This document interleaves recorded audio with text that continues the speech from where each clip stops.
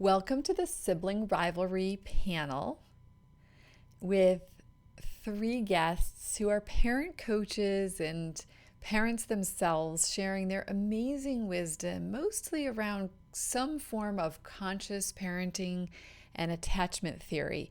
Those are sort of the primary bodies of wisdom that we've tapped into here. I am super impressed with everyone that's on this panel. You will hear from them, they'll introduce themselves so you'll know a little bit about them.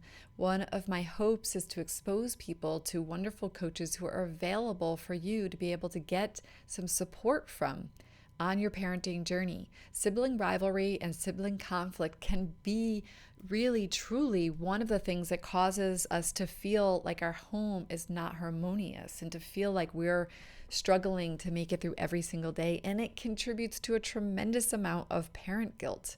So please watch, listen in, and reach out to these amazing coaches if you feel like you want some additional support. Thank you so much, and I can't wait to hear what you think about this.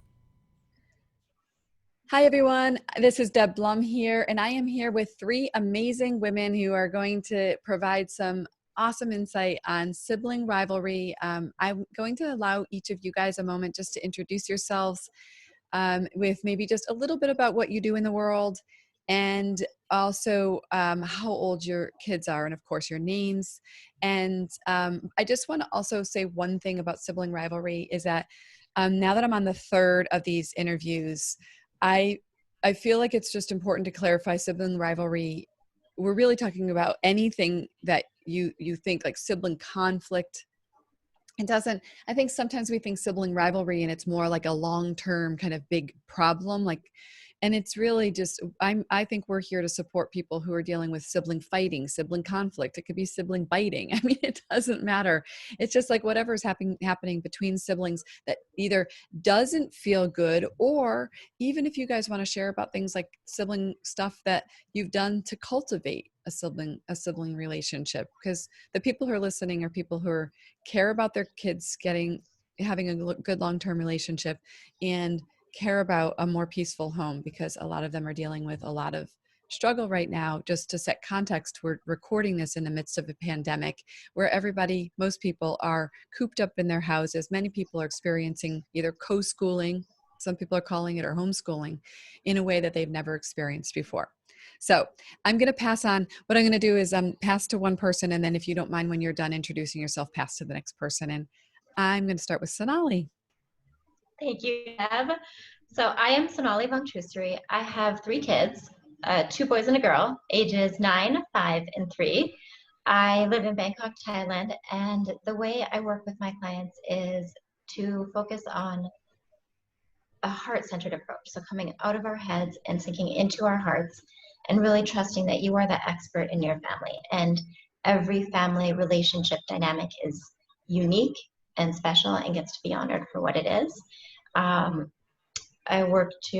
We clear up some of the stuff that's coming up with the parents to clear the energy, and then we bring in parenting strategies and coaching techniques. So thank you, and I will pass to Louise. Hi, everyone.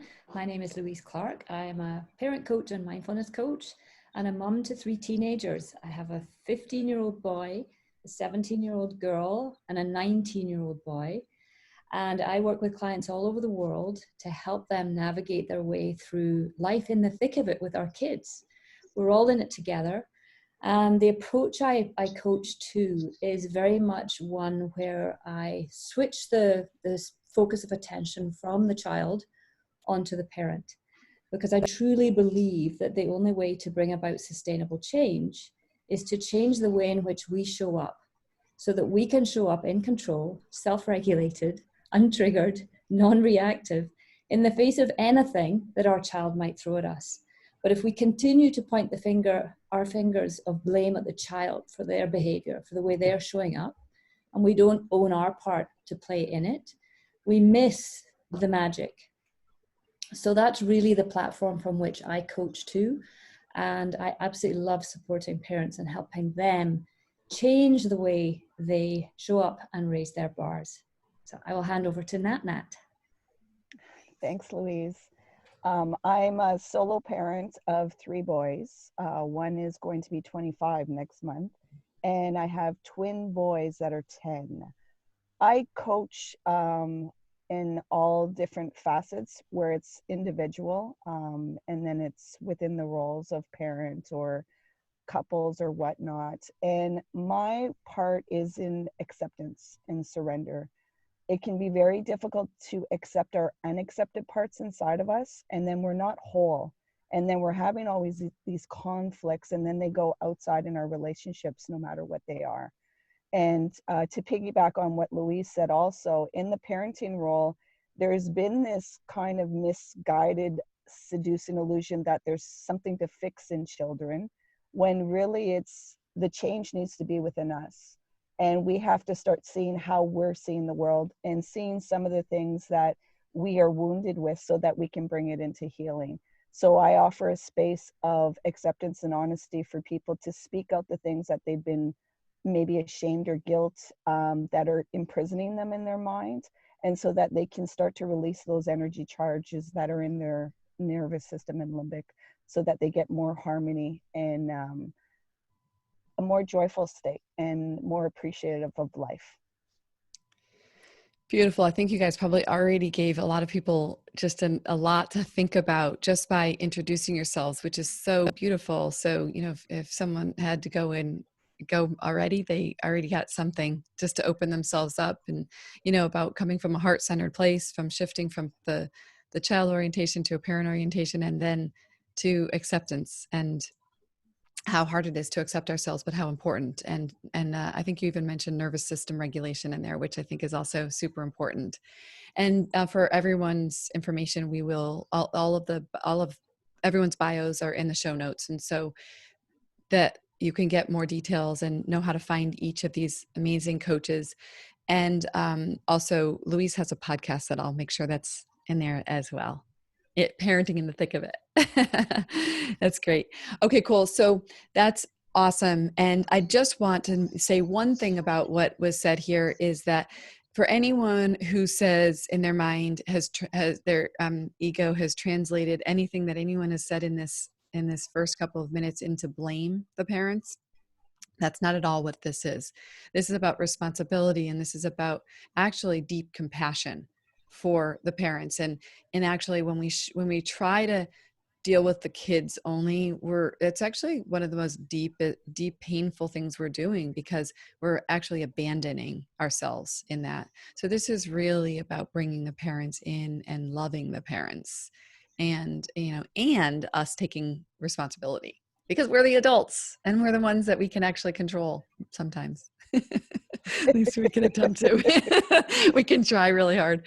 All right, cool. Well, so since we're here talking about siblings, and all of you not only have experience working with clients, but you also have experience working with your own children, I think what we're going to do is just start off with each of you sharing your take on sibling rivalry. I think it's important for people to be listening, or for hearing, like, what's your kind of underlying sense of what sibling fighting and rivalry is, and what your thoughts are around it. So I think we'll start maybe with you, NatNat, if you're okay with that. Yeah. I'm an only child, so I didn't grow up with siblings. I had cousins, yet you can, it's like the grandparents, you get the grandkids for the weekend and then you get to move away. So I didn't understand that relationship dynamic of always being with somebody that you kind of have a comparison to, and you're looking for that parent's attention of only being the one. So sibling rivalry for me is just a way of understanding yourself and learning a relationship dynamic. And it's going to look messy. It's not always going to be harmonious. Some are harmonious, and others, they just don't like each other. And that's just the way personalities can be. Yet it can be very difficult for a parent to navigate through that, because we have a little bit of a story or a script of the way children should look or behave, or what the dynamics are. And really, it's just the relationship between what the siblings are. And we can model what it can look like, yet we can't enforce it. Because if you try to enforce something, then there's too much control. And nobody does well with control, because then it feels like you're being told what to do. So for me, sibling rivalry has been a great space for me to heal certain beliefs and certain things within myself, especially being an only child and wanting to have a sibling, and now appreciating that I see what they're going through, especially twins, that, oh, I actually did have a great childhood in that perspective and stuff like that. But I believe, for me, it has been a great healing of seeing it differently and having a better relationship with myself and understanding myself and all of the dynamics of it. Thank you. That's great. Thank you. So Louise, how about you? What are your thoughts around sibling rivalry? I see, I mean, it's interesting. If you'd asked me this 15 years ago, I would have a very different perspective of what I have now, having had, 19 years with three kids. And I'm one of three. I have identical twin sisters that are 3 years younger than me. And I don't remember, a lot of sibling rivalry. I think I was very lucky because we grew up, I was one of three girls. My mom's sister lived next door to us, one of four, and they had four girls. So there were 7 girls under the age of 6. So for me, being, people used to say to me, didn't you feel left out? And I never did, because I see myself as having grown up with seven girls, 7 cousins and sisters. So wind the clock forward to now, where I look at sibling rivalry, and I see it as a means and an opportunity for kids to learn some key life skills and core competencies about how to resolve conflict, provided we allow it, provided we don't get in the way. I see the goal of sibling rivalry as being a child wanting to get attention and a child wanting to get an adult on side. And so the minute we become triangulated in the process, it's very hard for us not to take a side, because as NatNat said, the stories in our head, we often, because of history repeats itself, the same patterns have been going on and on and on. It might be the oldest one beating up the youngest one. We, of course, are going to feel sorry for the youngest one. And so that sets a pattern in the way that we intervene. And it can make the youngest one feel like they don't have the skills to resolve on their own, because we always take their side and fix it for them. And it can oust the older one and make them feel like it's always their fault. They're always the ones being blamed. So if we take a side, for 50% of the time, we'll probably take the wrong side. So taking the wrong side can do a lot of damage. So the way I help parents work their way through it is to see themselves as a facilitator in the process of trying to resolve conflict and help their kids to resolve it for themselves without having an adult on side. So the key piece that in the work I do is helping a parent show up neutral, to facilitate the process, to hear, see, and understand both kids, not just one, and give each child the opportunity to speak for themselves, tell the other, their sibling, how they feel, what it's like. They have to listen to the sibling, repeat the process for there. As parents, we come in with all our emotion coaching, and my detached savvy mum that I've shared with Deb before. You see each child, hear each child, understand each child, and then you ask them, what are you going to do about it? What do you want to do about it? And in doing that, you've never once taken sides. So you help them find the solution. And I always say with a mindset where you lead them to believe that you trust in their capacity to be able to sort it out for themselves. If they can't, you're there to help them. And that you can remove yourself, and provided that their health and their safety is not at risk, I believe you can leave kids to fight it out for themselves and help them learn what works and what doesn't in trying to get their own way. So that's very much in a nutshell kind of what I do in the work, in my work with parents who are struggling with this, and we all do.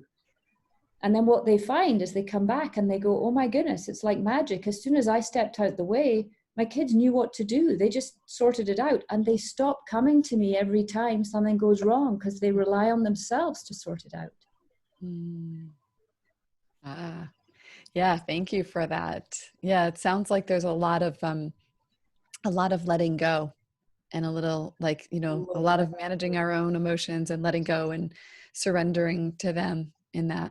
Yeah. And letting go of the story we've got in our heads that we want them to get on. We love them to have a sibling that they love and can play with, especially now in this coronavirus, we're all inside and they want a playmate, but they can't play nicely with each other. It breaks our hearts, story, fear, and we get in the way. Yeah. Thank you for that. Yeah. Oh, God, it just reminds me a little bit of when my kids were little. I think I definitely intervened a little too much when they were little, but it does remind me though of that. Just I can think of the things that happened, like my younger son getting up on the train table and standing on the train table while my other one is so like quietly playing with his trains, and and we used to call him Godzilla, like to make a joke. Because I do think some humor is good too. It's a little bit of humor about things and not taking everything too seriously, because like in that situation, my probably he was 4 at the time, didn't have the tools to really do much except for to be frustrated. But it was good to also acknowledge, like, hey, it looks like maybe your brother, the younger one, wants to play with you right now but doesn't really know how to play. He's instead being Godzilla. So it's like, I think there's just so much. There's like, it's absolutely this idea of letting go. But I do know that there are a lot of parents who are in the thick of actual fighting where their kids are, they are afraid. So it's an interesting thing, because I guarantee you that parents will be like, well, I can't do that in my house. Cause I know that comes up, like, well, that's different. That's when they're still getting along, Louise, my And kids are. It's all different. I've got 3 boys, and it is different. As Sonali said, each situation's different. Every parent's different. Every child's different. Every day they're different. The same people are different every day. Yeah, exactly. So that's what so it's important for everyone to hear that it's true. Yes. And because what we're saying here, what, NatNat and Louise are saying here are really, really important things to say. And you're right. It's a different scenario for you. You're right. And you are going to have some way that your brain is going to tell you this is your situation's too extreme for this, or we just don't understand. But it's everything. It's all of it. These are just lots of ideas and ways to look at it, but you are going to have to take it and kind of make it your own in your own house. So anyway, so Sonali, what about you? Okay, so I love what's been shared so far. And before I even go in, what I want to share is, okay, so my perspective, I have 3 kids. One of my kids has unique needs, higher needs, different needs. So we have a unique dynamic there. And then me growing up, I'm one of 4, and I am visually impaired. I have albinism. So I was that kid that had unique needs, special needs. So my perspective on siblings and sibling relationships is, well, it's a passion point for me. Because I see the impact it had in my family that I grew up in, of me being treated differently and that not being acknowledged. And then I'm very aware and present to it with my kids, and then with the clients that I work with in similar situations.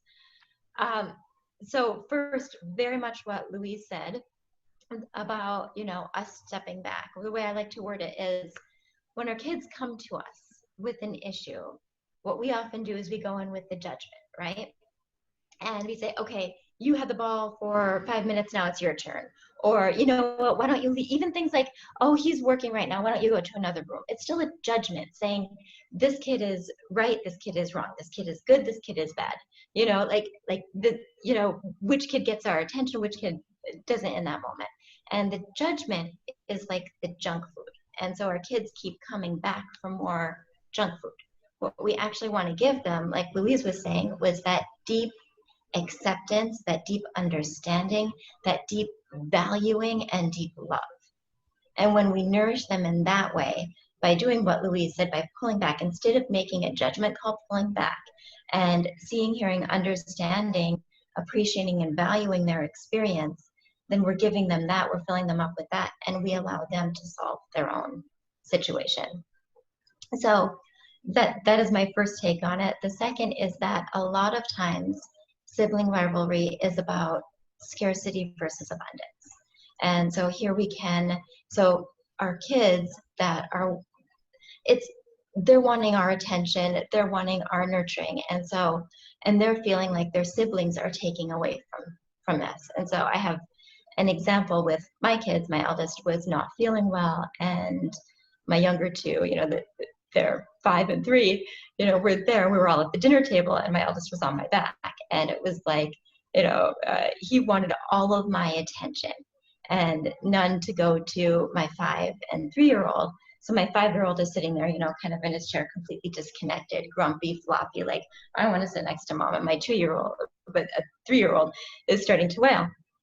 And it was a matter of shifting his perspective and shifting my perspective, that I didn't need to be the one managing, like trying to divvy up my love for all 3 of them.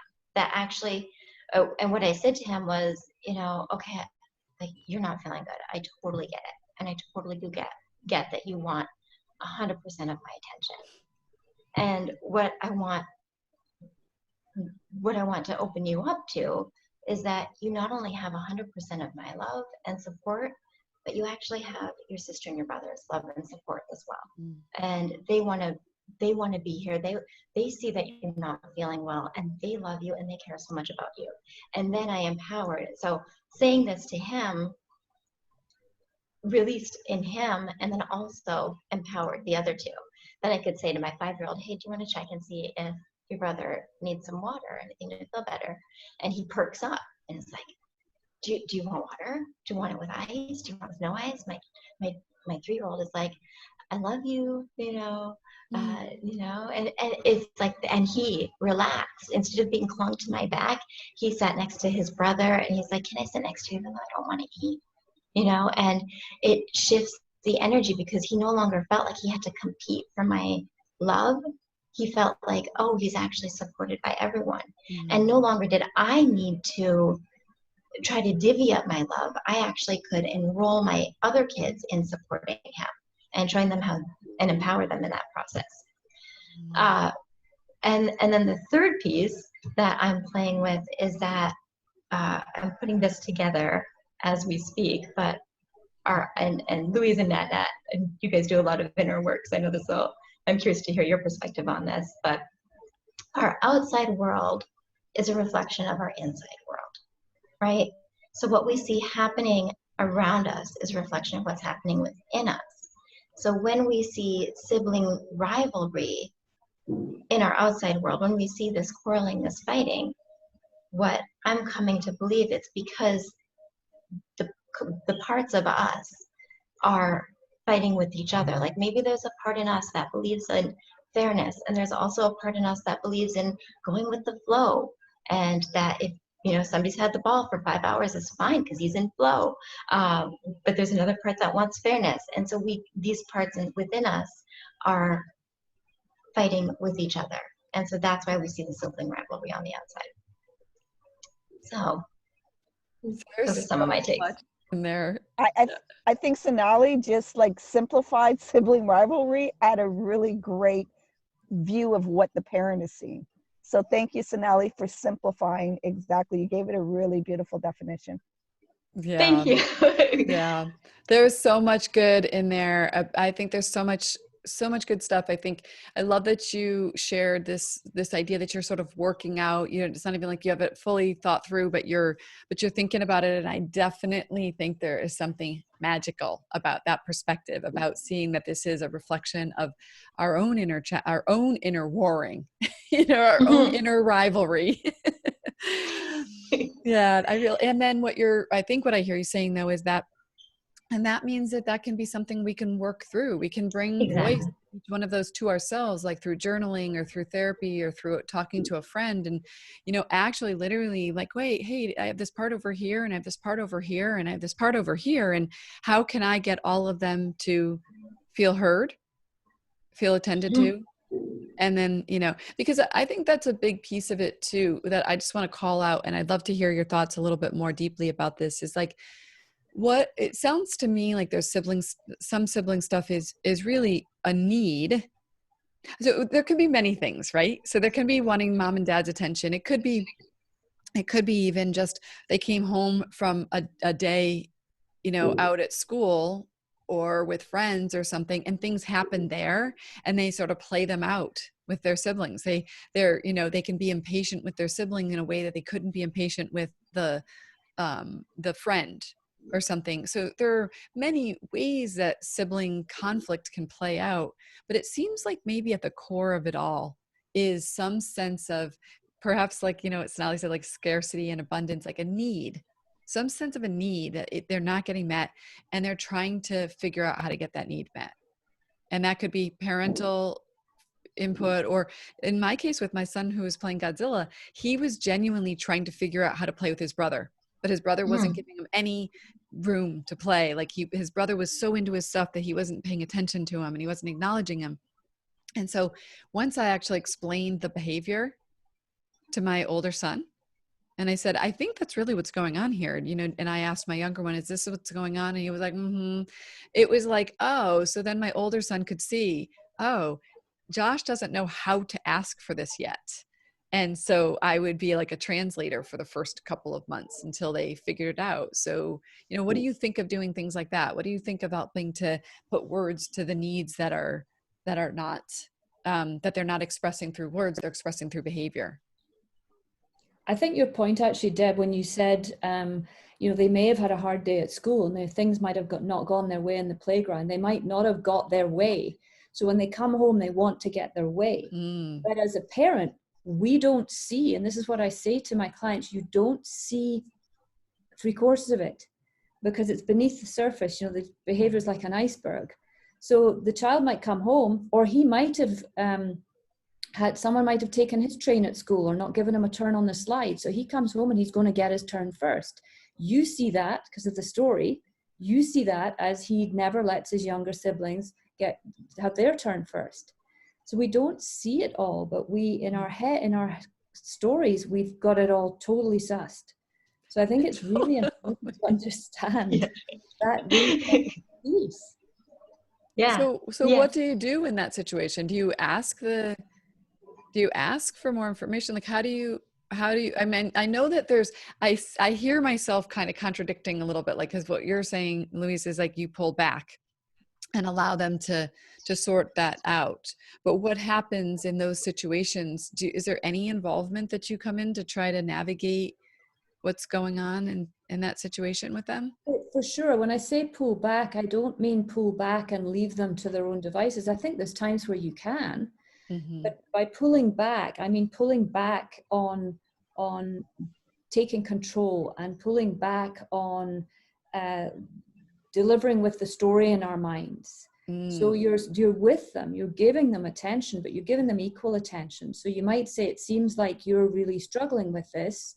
Not so much why, just in the moment, you're really struggling. You're mad, you're sad. What are we going to do about it? I don't go into what are you mad about in the moment, because nothing in the moment, that sort of thing never works. You just want to validate their feelings, allow them to vent. And then, you know, out of the moment, maybe you might say to the one who did something, you might say, hey, is everything okay? You know, what happened at school today? You know, and get to it that way. But in the moment, I personally, I don't think in the moment is the time to try and find out what drove it in that moment. It's support them in the moment so they can move through it, and at a later time circle back if you need to. I don't know, what do you think, NatNat? You see, everybody's looking for a prescription, and let me just do it. And it depends moment by moment, because you also have to understand your inner terrain and what you can deal with. So depending on and the main thing is to bring presence. And as parents, we talk too much. We talk too much, and we don't allow them to have their own experience, because we have a preconditioned thinking that we know how it's going to end. So let's stop it without letting them have the experience and the ability to make mistakes, because that's what learning is. So with the twins, what I forgot to mention with the sibling, it's a lot of a power struggle also. So like Louise said, if somebody did something to them, then they're wanting to take back that power. So with twins, it is a totally different dynamic, that they have gotten physical with each other. they have lashed it out. So those are parts where I have to intervene because there's physical violence. Yet it's coming back to, you guys need to talk to each other. You need to figure it out, like take some space, yet you have to come back. And it's really of coming with a mirror. So it's asking open-ended questions that they have to answer. We tend to ask questions that are closed-ended that we're giving them the answer. We're not asking open-ended questions for them to resolve and figure out, because from my perspective, I think we over-identify these feelings and sensations with emotions and not just letting them figure out what this sensation is for them and for them to give that definition for themselves. And so in that, they can start to have control of their inner terrain and understand what's going on instead of trying to figure out, well, does it look like this or does it look like that? They start to understand and start to be in control of giving their own definitions and understanding, oh, this sensation comes up, so I may behave or this or what the needs are. But for me, it's been a lot of less talking, be present, so you're not walking away from it. There's times where you do walk away because it's like, I'm not going to intervene and it's nothing for me. Yet a lot of times you can just sit there and be present and they still see the attention, but you're not getting involved in picking sides. Because like Louise said, that picking side thing, you will be the loser at the end because that will not serve the dynamic of the family circle. And that's what every child is looking to be number one in their parents' eyes and stuff like that. So again, another type of power struggle dynamic. So it's mirroring the question back to the child and just, what is it that you're feeling? Or I can see that there's something, so that they can start developing a vocabulary and a communication for themselves and to see that it's okay. Let's work through this big wave that you're going through, and you're not abandoned, and you're going to be validated and seen in this, and it's not going to be judged that it's good or bad or whatnot. That's for another time later on. Right now, it's just connection and allowing this child to feel validated with whatever they're feeling so that they don't start to be self-critical towards themselves, in my opinion. Yeah, I think that's great. And I just want to highlight a couple things that you guys have said. So I think one thing is just this idea that we're bringing presence. And, you know, I know all of you agree with this. In some way, you've said this. We're bringing ourselves and we're coming in as much as we can with presence and without our stories. And if we have a story, trying to catch our story and then do our own work to try to just like allow that to, you know, okay, I'll deal with that one later. But how can we see our kids as clearly as possible? I'm also appreciating what you're saying about asking these open-ended questions. And I wasn't 100% sure what you meant until you just said it, which was like asking the questions like, what are you experiencing right now? What are you feeling? And allowing them to have a space to actually be present with whatever's going on with them. If they're feeling angry, then okay, like then that's okay. And that we can sit with it. And so I guess I just wanted to call out the one thing that I think is really difficult for parents is often it's us that's uncomfortable with their discomfort. You know, it's us that is trying to, the reason why we come in and we swoop in and try to fix it is because we're uncomfortable with them having big emotions, with the messiness of it all. We want it to be tidy and we just want to be like, nope, you did this, you're wrong, you're this, you know, because it feels like we've just taken everybody and, you know, made it into like tied it up in a neat little bow. But really it's more of a journey and an opportunity to build have our children really build relationships with each other. It's always an opportunity for us to enhance our relationship with our children. And also another piece that I think Sonali said too, which is, I think all of us, our dream is for our children for us to be this beautiful family. That's our dream. Like we all want this to be this beautiful family. And Sonali, I just love when you pointed out that, you know, that you can actually almost recruit whatever that the need is that child is having. If you're aware of it, like recruit the siblings to be part of it, you know, bring everybody in together. And that this is like, you know, how that look at, you don't just have mommy, you've got all of us, we've all got your back, you know, we're all here. So cultivating that relationship, you know, the other people have said that in the other groups as well. Sonali, what are your thoughts as it relates to all of this? I was really loving what NatNat was saying about you approach each situation differently, because you really do. Like, a lot of times I bring a lot of play to sibling rivalry, because play to me is a co-healing space. Like, they get to heal when I bring in play and it makes it safe, and I get to heal because I get to see, oh, okay, it's safe when I bring in, like I'll go in and just be like, oh, I might be like, trouble, who's causing trouble? Or, and just grab them up and scoop them and give them a hug. So give them the connection that might be behind the sibling rivalry if they're feeling disconnected. Or, oh, today in the Vongchusiri home, we've got, Sahai over here, and oh, what is it that, and what is your name? And what just happened here? Can you tell me? And like, just they start laughing, or I'll start talking to the pictures on the wall. Nani, you don't want to see what's going on in the house right now. It's crazy town over here. You don't want to see this. And they start and look at me, and then they start laughing at me together as a team. And now they can actually, they're back online. They're thinking, they're no longer seeing their sibling as, like, because they've laughed some of that tension off. Now they can be like, oh, you can have this now and I'll take it later. Once they've laughed a little bit about whatever's going on, then they can start to resolve it themselves, because, oh, it's safe. It's not a scary place to be. Sometimes I bring play. Sometimes I bring in, sometimes I breathe and listen and just work through my own emotions. And sometimes I'll bring in, you mentioned values, Deb, at the beginning, and I found it really beneficial to say, oh, like, if two kids are screaming at each other, what I'm hearing you say is that, like, it's a really important value of yours to be spoken to nicely. Is that right? And then aligning them. I think that's like, would it be all right if I tell your brother that? Oh, okay. And then, but the brother's right there anyway. So, but you're asking for permission, and then letting them know, oh, I think, and showing them how their values actually align. A lot of times, like, I think your brother appreciates the same thing too. So, how can you guys work this out? Then going into what Louise is saying, how are you guys going to work this out? But showing them that their values are the same. Wow. That's really incredible. And I just want to say something. Can I just take a step? There was something that you said, Sonali, that made me go deeper into your like hypothesis that perhaps what's happening is that our children's sibling rivalry is reflecting something inside of us.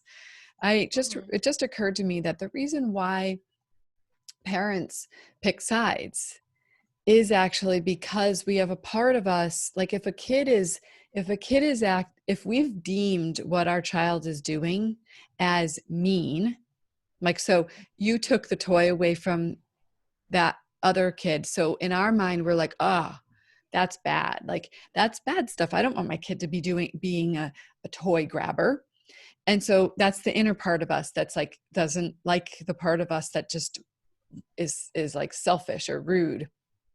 So when the other one starts to cry, then we're like, oh, well, that one there we've deemed virtuous. Like, that's the sensitive one. I'm just giving an example. I have no idea if you would deem that as virtuous. I'm just saying, that one, or we can feel compassion for that part of us.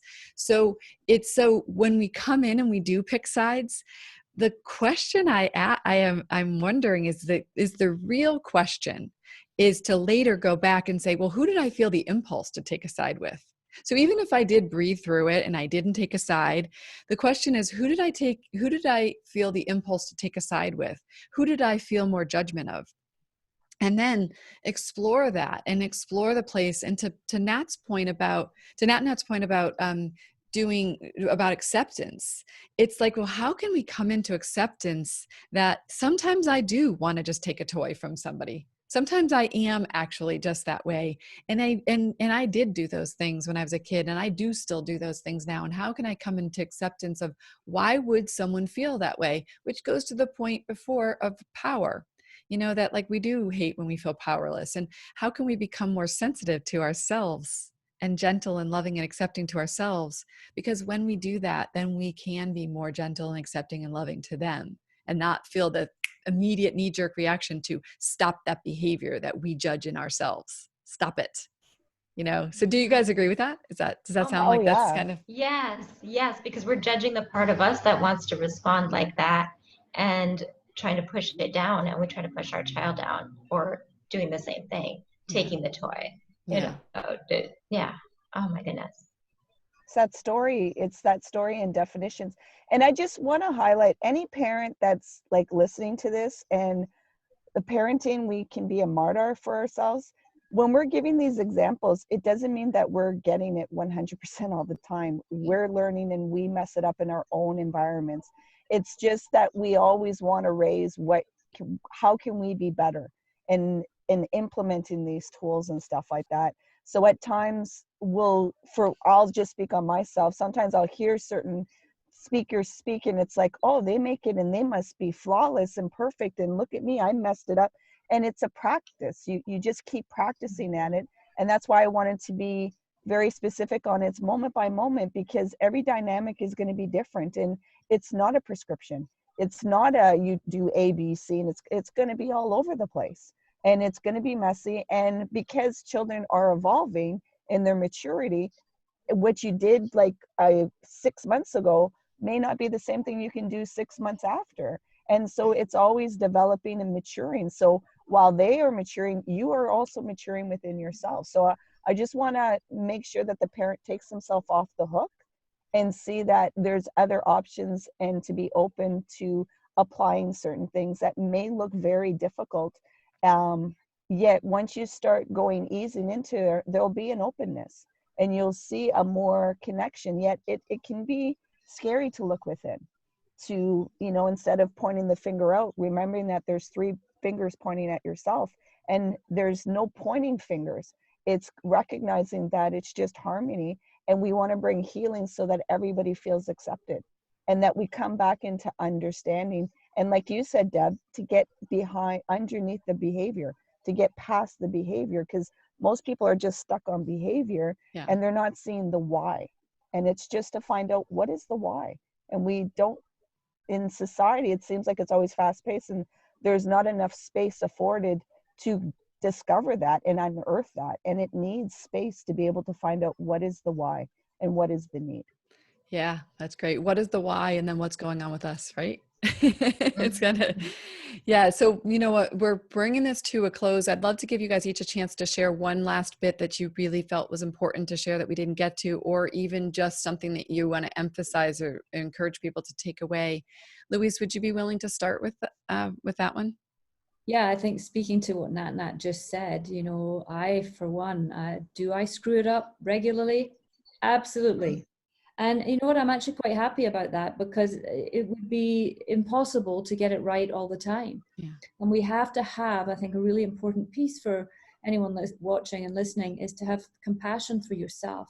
Be kind to yourself. Cut yourself some slack. There's no such thing as perfect parenting. It's messy parenting, but the more we raise our bar and the more we see it as a work in progress, it's never done. And, our kids change moment by moment, week by week, month by month. So what worked today might not work next week or next month. They change. We change. So really trying to be present and just coming back to this moment and meeting the needs in this moment is so important, and seeing every moment is different. And, your children are the same child, but that child will be this different tonight. I'll be different tonight. So when there's something going on, conflict this morning, I can't just go, well, I nailed it this morning, so tonight I'm going to nail it. You don't know what's happening tonight. So unless you stay present to the moment tonight, then you'll be able to meet the needs in that moment. So I think taking everything we've said and, having a framework, a rough framework as to what you can think about, but never leaving behind the power of the present moment and what you can bring to it, and recognizing every moment's different, I think is really key to moving forward with more joy, with more connection, and with a more of an abundant mindset. Yeah, it's funny. I know a lot of my clients will say things, and I get why they say like, but they were doing so great all day. And then it was nighttime, and then like, what happened? And I'm like, I know, but like, that's kind of how it works, Like, I get how you felt like because they were doing well all day, they should be doing well into the night. But I'm like, we're human beings. We have all kinds of wavering feelings and emotions. So yeah, great. Thank you. Thanks for that. Sonali, how about you? Anything, any parting words of wisdom? Yes, I want to second what NatNat and Louise said. Like, did I have sibling rivalry in my home today? Yes. Did I handle it perfectly? Absolutely not. But I had, and it happens. And actually, so like a lot, like let yourself know that, give yourself that compassion and that understanding that it's okay, it's part of who we are. And maybe our kids, instead of us trying to fix it, it's something that's meant to happen because it's where they're learning. It's like their playground to learn about relationships. And so it's part of the process. And so it's okay for it to not be perfect. In fact, it's meant to not be perfect. Yeah, thank you. And Nat, do you feel complete with your last comment, or do you have something else you'd like to add to this as a final parting? No, I believe like it's self-care and compassion, like as we've all been saying, compassion for ourselves, and to know that parenting is a playful, messy thing.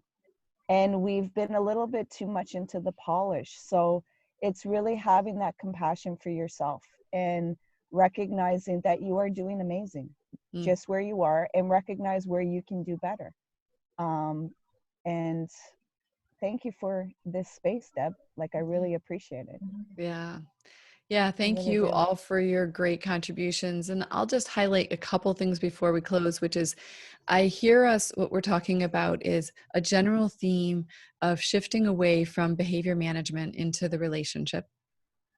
I see that we're shifting away from the orientation being around we have to do something, fix something in our child, to us looking at our own inner stuff and taking responsibility and understanding what we can do to calm ourselves, use our breath, to come into the present moment, to understand our stories and all of that.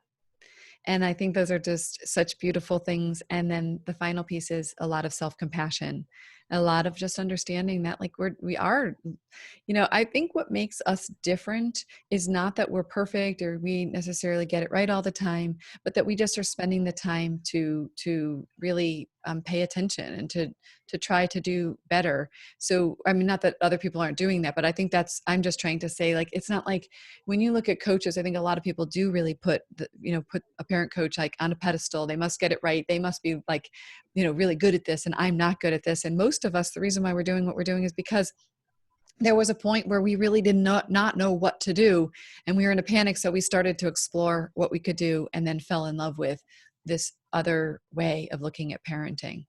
And I think that a lot of people are feeling that they're pretty desperate because parenting with behavior management has temporary benefits, but long-term does not work. But there's a sense that that's just the way you do it. Behavior management is the way you do it. And I think that it's so refreshing to have all three of you saying, no, there's actually another way. So thank you to all of you. It's been so wonderful. I appreciate all of you. Thank you, Deb. Thank you, Deb. Thank you All so right. much. All right. Take care. Bye-bye. Bye. Hi, everyone. Thank you so much for tuning in. I hope you enjoyed this series, the Sibling Rivalry panel. And if you didn't get a chance to watch all three, find them. There are 3 in this series, and they are on the parenting playlist of Inside Out Activism. And I hope that if you like it, that you will click the like button, and that you will also click subscribe and the little bell next to it so you'll be notified of new videos that come through here. A couple other things we'd love for you to do is we'd love for you to share these videos. If you found them to be helpful, please share them with other people. I mean, what parent isn't dealing with sibling rivalry, at least to some degree? And so if you can share them with other people, I really believe it's just a great contribution to society, to all. We all created this out of the goodness of our hearts because we are passionate about helping and supporting parents. And so the best thing that you could be doing is sharing with other people so that we spread the word, more people get the support they need. And then ultimately, it is the way that we are going to, one of the ways that we will make a better world, change society, create a better homes and better families and more peaceful homes for people. So please pass it along to other people. If you have any questions for us, you can actually just engage in the comments below, either on Facebook or on the YouTube channel. You can engage in the comments. Our coaches that have been part of the panel will be happy to respond to you, give you some feedback. Please do that as well. And make sure you check out the show notes. In the show notes, I've included the bios of each of these individuals. They have all been so generous to give their time to us to engage in this discussion. Check out their bios. Go to their websites. Check them out. See if you have any interest in working with them or working with me and getting an additional level of support that might really help to shift things in your home. So thanks so much again, and stay tuned in. We would love to see you back here checking out more videos. Thanks so much.